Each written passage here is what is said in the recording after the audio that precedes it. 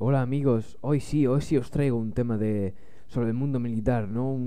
Una forma de hacer la guerra peculiar, ¿no?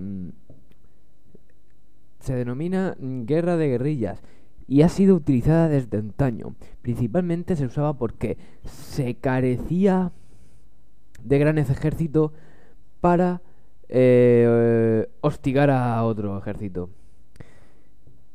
Me explico. Si un gran ejército viene, invade el país y los que han sido invadidos carecen de armas, carecen de, de efectivos, pues lo que mejor pueden hacer es recurrir a este tipo de guerra. Bueno, en este vídeo vamos a analizar todas las guerras actuales que conciernen el siglo XX y XXI de las guerrillas y cómo hacer que funcionen estas, ¿no? Bueno, como ya sabéis, la guerra de guerrilla es una táctica militar que consiste en luchar contra el enemigo en su propio terreno con un ejército irregular. ¿Qué es un ejército irregular? Pues un ejército desorganizado, partisanos, milicianos, guerrilleros, paramilitares, etcétera, etcétera, etcétera. Mediante ataques rápidos y dominando el elemento sorpresa. Atentados como explosión de instalaciones, puentes, secuestros, robar, etcétera, etcétera. Vamos a ver. He encontrado aquí que, bueno, os voy a leer. Algunas clasificaciones de conflictos como la utilidad del Departamento de Defensa de los Estados Unidos dividen las guerras según varios criterios, entre ellos el tipo de enemigo a combatir. Siguiéndolo este criterio, los conflictos armados pueden agruparse en 1.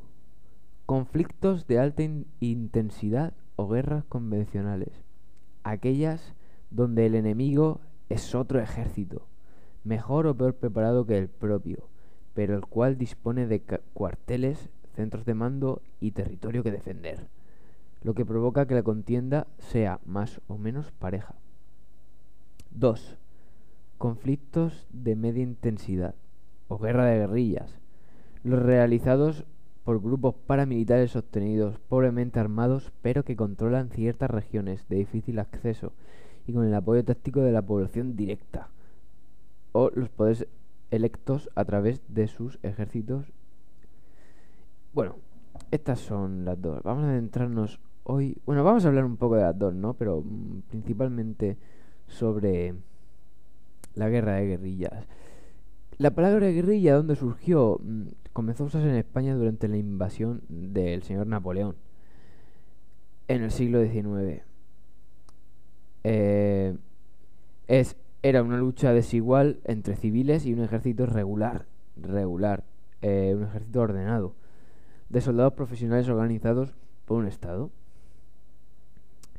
Eh, Aparte de que empezó a llamarse en España, muchos de los artistas militares que han existido han tenido que enfrentarse a ellas, ¿no? El, el mismísimo Josué, los judíos que conquistaron Canaán, según el relato bíblico, tuvo que enfrentarse eh, a milicias y ellos mismos recurrieron a estas porque mediante ataques sorpresivos tomaron Canaán. El señor Alejandro Magno, sí señor, un dios de la guerra, también debió enfrentarse a las guerrillas de tribus montañesas durante la primera incursión contra los persas.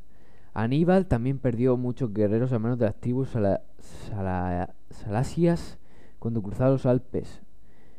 En la península ibérica contra la invasión romana y los primeros siglos de la Edad Media. Y bueno, Revolución estadounidense, sí señor, la Revolución de Estados Unidos, donde el enemigo se veía y no se veía. El enemigo eran los ingleses, pero también las enfermedades.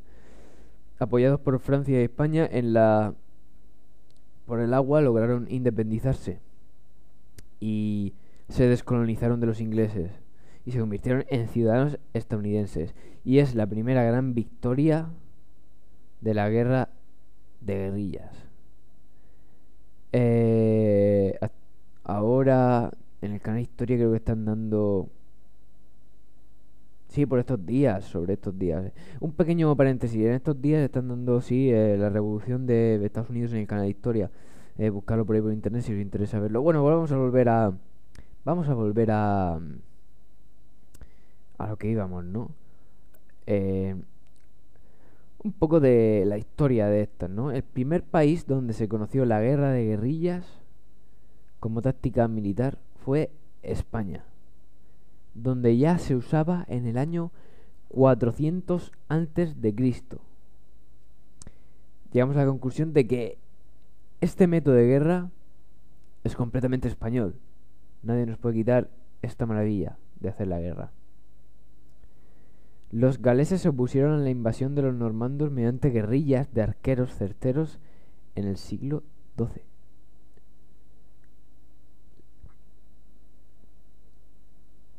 ¿Qué más? Estados Unidos, como hemos dicho. ¿Qué más? ¿Qué más? El señor Ernesto Che Guevara, el gran guerrillero que removió la revolución por toda Sudamérica. Este señor también hacía de la guerrilla un arte. En el RIF, en los años 20, en el siglo XX, Mohamed Abdelkrim al-Yatabi puso en marcha una guerra de guerrillas contra tropas coloniales españolas y francesas, la llamada Arca. Era producido por francotiradores invisibles a los ojos del enemigo. Se llamaban Pacos, llamados así por los soldados españoles, porque cuando disparaban sonaba ¡Pah! Y el eco sonaba Co, dando así el nombre de Paco. Bueno, nos montamos en la Segunda Guerra Mundial, ¿no? Sabéis, los maquis españoles, los maquis franceses, resistencia italiana, partisanos yugoslavios, partisanos bielorrusos, etcétera, etcétera, etcétera.